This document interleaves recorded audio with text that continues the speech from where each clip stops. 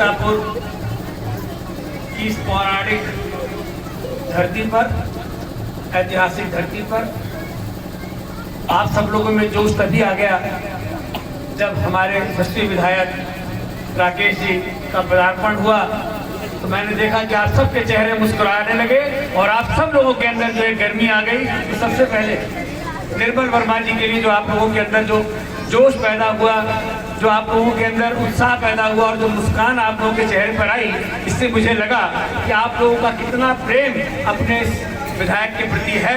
तो मैं सबसे पहले स्वागत करूंगा अपने आदरणीय यशस्वी विधायक निर्मल वर्मा जी। मंचासीन हमारे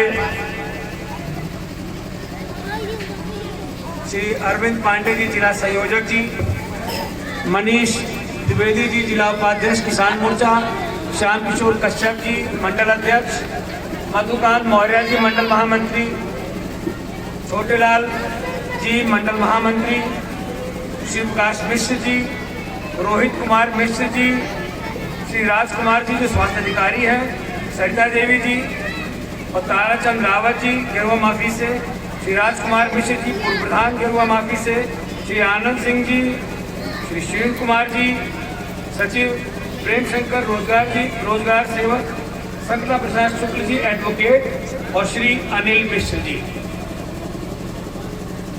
उपस्थित जनसमूह,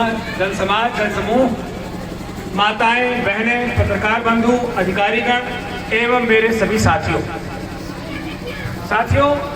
आप सब लोग को विदित है यह जो कार्यक्रम आज आयोजित है यह किस लिए आयोजित है। आप सब लोग जानते होंगे कि जो प्रधानमंत्री जी की एक गारंटी के बीच में जो ये गाड़ी आप लोगों के पास आई है, यह प्रधानमंत्री जी का जो उद्बोधन है, जो प्रधानमंत्री जी की सोच है, वो जो आपके बीच में भारत विकसित यात्रा भारत विकसित संकल्प यात्रा आप सबके बीच में आई है, उसके लिए जो यहाँ पर हम सब एकत्र हुए हैं।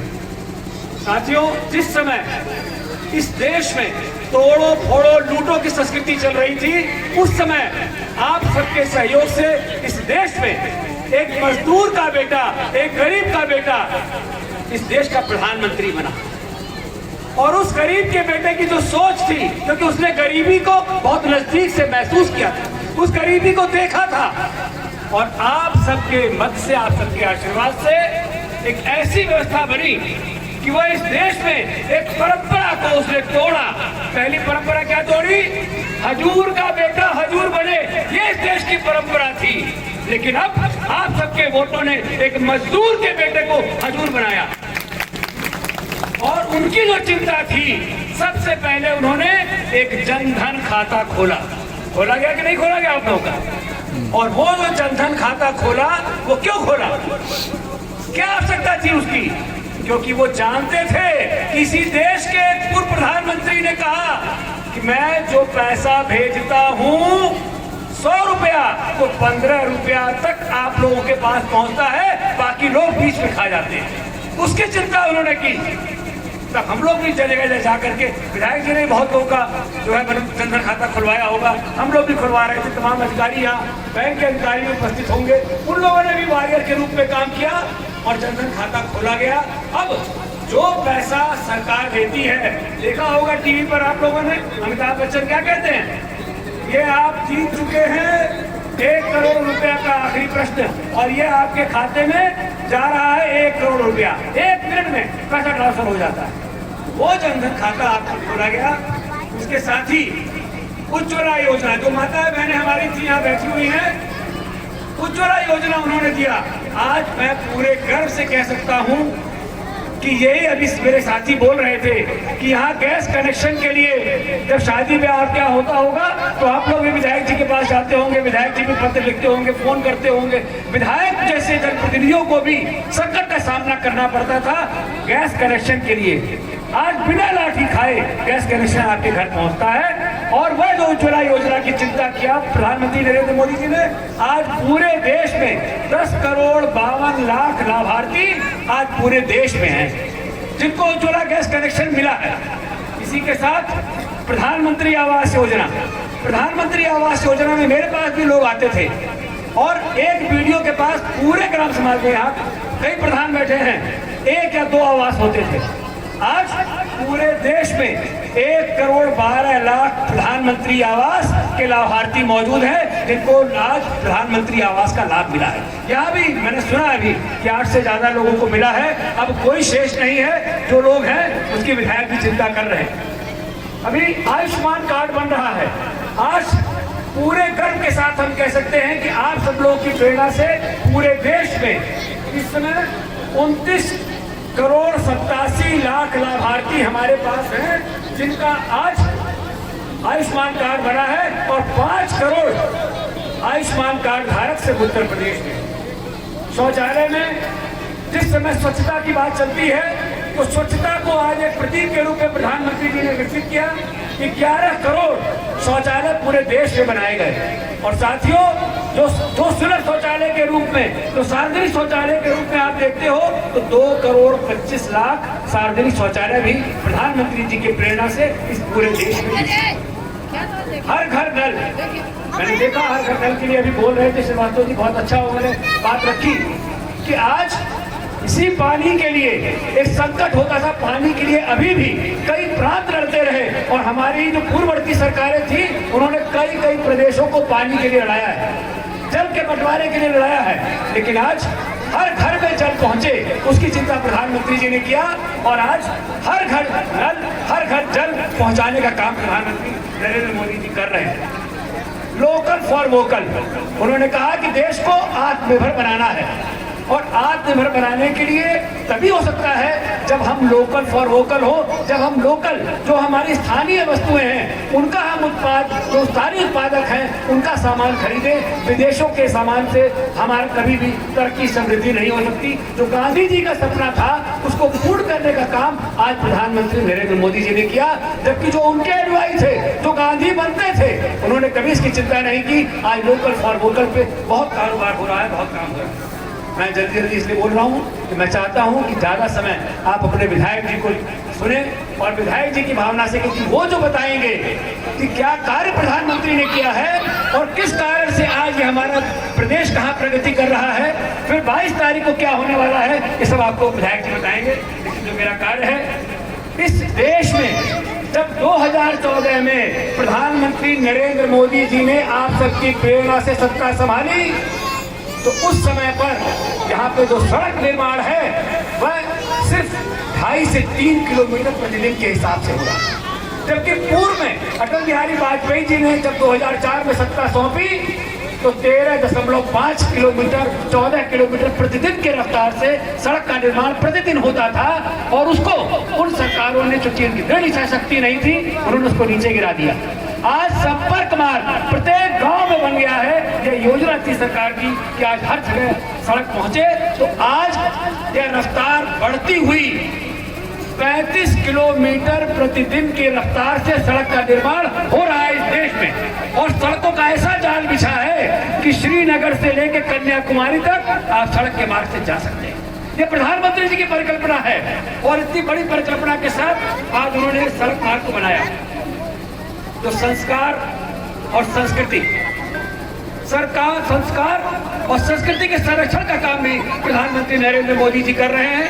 रेल के इंफ्रास्ट्रक्चर में जो वंदे भारत रेल है, कितने लोगों ने सुना है वंदे भारत रेल? बैठे आप लोग। वंदे भारत के नाम से एक ट्रेन चल रही है और वंदे भारत ट्रेन अब आपके सीतापुर से भी निकलेगी। मेरे ख्याल से अभी आई कि नहीं आई मुझे नहीं पता, लेकिन ट्रेन आ रही है। नई ट्रेनें चलनी शुरू हुई, छोटी लाइन खत्म होकर बड़ी लाइन हो गई है। 300 से अधिक गाड़ियां उत्तर प्रदेश के मध्य से निकलेंगी, तो निश्चित तौर पर सीतापुर से निकलेंगी। संस्कार और संस्कृति के संरक्षण में जो सबसे बड़ा काम है वह हम सब अगर देखें तो जिसके लिए आप लोगों ने 500 वर्षों का संघर्ष किया, जिस राम के मंदिर के लिए, रामा शरीरा धर्मा, राम ही शरीरधारी धर्म है, ऐसे राम के संघर्ष के लिए आप सब लोगों के 500 वर्षों का संघर्ष अब पूर्ण हुआ। और प्रधानमंत्री नरेंद्र मोदी जी 22 तारीख को वहां पर एक बहुत बड़ी योजना के साथ वहां पर पूजन हो रहा है। आप बताइए कितने लोग जानते हैं कि बीजेपी का अर्थ क्या है? बीजेपी का क्या अर्थ है? 20 से 22 जैसे जनवरी ठीक। और 20 से प्राण प्रतिष्ठा। तो 22 जनवरी प्राण प्रतिष्ठा बीजेपी। याद रखिएगा आप लोगों को, जो प्राण प्रतिष्ठा होने जा रही है ये प्रधानमंत्री जी की वो प्रेरणा है। मुझसे कई लोगों ने कहा कि इसमें ऐसा क्या अंतर आ जाएगा अगर एक मंदिर बन जाएगा तो। मैंने कहा कि पूरी दुनिया इसको देखेगी कि जहां लोग राज्य को लेने के लिए सर कलम कर देते थे, बाप को बेटा मार देता था, एक भाई 7-7 भाइयों को कत्ल कर देता था, एक ऐसी परंपरा बदलेगी कि एक ऐसा राम जिसने अपने पिता के कहने पर पूरा राजपाट को ठोकर मार दिया और वनवास को चला गया, वो प्रेरणा लोगों को मिलेगी और पूरी दुनिया उस प्रेरणा को देखेगी, समझेगी, नतमस्तक होगी भारत की संस्कृति पर, गौरव करेगी अपनी परंपरा पर, क्योंकि हमें संस्कृति का संरक्षण करना है, अपनी गौरवशाली परंपरा को वापस लाना है, गुलामी की जंजीरों को तोड़ना है। जो आप सबके मध्य में जिस तारीख को ये होगा उस दिन आप सबको एक बहुत बड़ा कार्य करना है कि अपने घर में दीपक जलाना है। विधायक जी उसका विस्तार से बताएंगे और उसको उत्साहपूर्वक विधायक जी मनवाएंगे। साथियों, जिस समय इस देश को तोड़ने का काम कर रही थी विपक्षी सरकारें और जाति के नाम पे लोगों का वितरण किया जा रहा था, जाति के नाम पे लोगों को लड़ाया जा रहा था, बांटा जा रहा था, यह काम यहाँ के लोगों ने नहीं किया, ये गोरों ने किया था, अंग्रेजों ने किया था, मुगल शासकों ने किया था कि जाति के नाम पर लड़ाया हम सबको। लेकिन प्रधानमंत्री जी ने बहुत साइलेंटली बिना किसी को बांटे ऐसा काम किया कि जो उनकी योजनाएं हैं उसका लाभ बिना किसी बंटवारे के, बिना किसी भेदभाव के, बिना किसी जाति और धर्म के विवेचन के सबको प्राप्त हो रही है। आज एक भी आदमी ऐसा नहीं कह सकता है, माननीय विधायक जी के पास एक आदमी आकर शिकायत नहीं कर सकता कि निर्मल जी हमारी जाति को यह योजना का लाभ नहीं मिल रहा है। कर सकता है कोई? यह प्रधानमंत्री नरेंद्र मोदी जी की देन है कि चाहे हिंदू हो चाहे मुसलमान हो, जबकि वो सरकारें कहती थी कि पहला हक किसका है, वो कहते थे पहला हक मुसलमान का है। लेकिन भारतीय जनता पार्टी की सोच में प्रधानमंत्री नरेंद्र मोदी जी ने सबका साथ, सबका विकास और सबका विश्वास पैदा करने के लिए बिना किसी भेदभाव के सबको योजनाओं का लाभ देने का काम किया है। उन्होंने बांटा किसने है? उन्होंने गरीब की चिंता को समझा है कि गरीब का एक वर्ग बनाया कि आप सब जो गरीब हैं उन सब के समूह में, चाहे वो किसी भी जात का गरीब हो, वो किसी भी वर्ग से गरीब हो, हिंदू हो मुसलमान हो, अगर गरीब है तो उसको उसका लाभ मिलेगा। ये देने का काम प्रधानमंत्री जी ने किया। उसके बाद नारी शक्ति वंदन, महिलाओं को शक्तिमान बनाने का जो काम प्रधानमंत्री जी ने किया, क्योंकि अपनी माता से अगाध प्रेम करते थे। मेरे साथ टीवी के एक एंकर भी आए हैं, जेपी पाल जी, संबोधन ठंड के नाते बाहर चले गए हैं, अगर यहाँ हैं तो जेपी पाल जी मेरे साथ आए थे। उन्होंने कहा कि प्रधानमंत्री जी की माता जी का, मैंने कहा कि देखो हमारा विधायक कंबल बांट रहे हैं, इस समय हमारे विधायक वहां बैठे हुए हैं, तो विधायक के पास भी इतना काम है, कोई भी आदमी आज आराम नहीं करता। तो उन्होंने मुझसे कहा कि भाई कैसे करेगा, जब आपके जो सबसे बड़े नेता प्रधानमंत्री जी हैं उनकी माता जी का निधन हो गया था और मैं उनके अर्थी को कंधा देने के बाद जब उन्होंने शवदाह हो गया वहां से निकल के सीधा बंगाल का जो कार्यक्रम था उसका संबोधन किया। तो जहां ऐसा कर्मठ प्रधानमंत्री है तो उसके लोग भी उतने ही कर्मठ होंगे। साथियों, जो वर्ग बना नारी शक्ति वंदन का, यहाँ नारी शक्ति बहुत लंबी संख्या है, अच्छी संख्या है, मैं उन सबको नमन करता हूँ। लेकिन नारी शक्ति वंदन में जितने आज कार्यक्रम प्रधानमंत्री जी ने दिए हैं, इसके पूर्व कभी किसी देश के किसी प्रधानमंत्री ने नारी शक्ति को इतना सम्मान देने का काम नहीं किया। ना इतनी योजनाएं हैं, सबसे ज्यादा योजनाएं उनको शक्तिमान बनाने की चाबी किसको देनी है? घर की नारी को देनी है।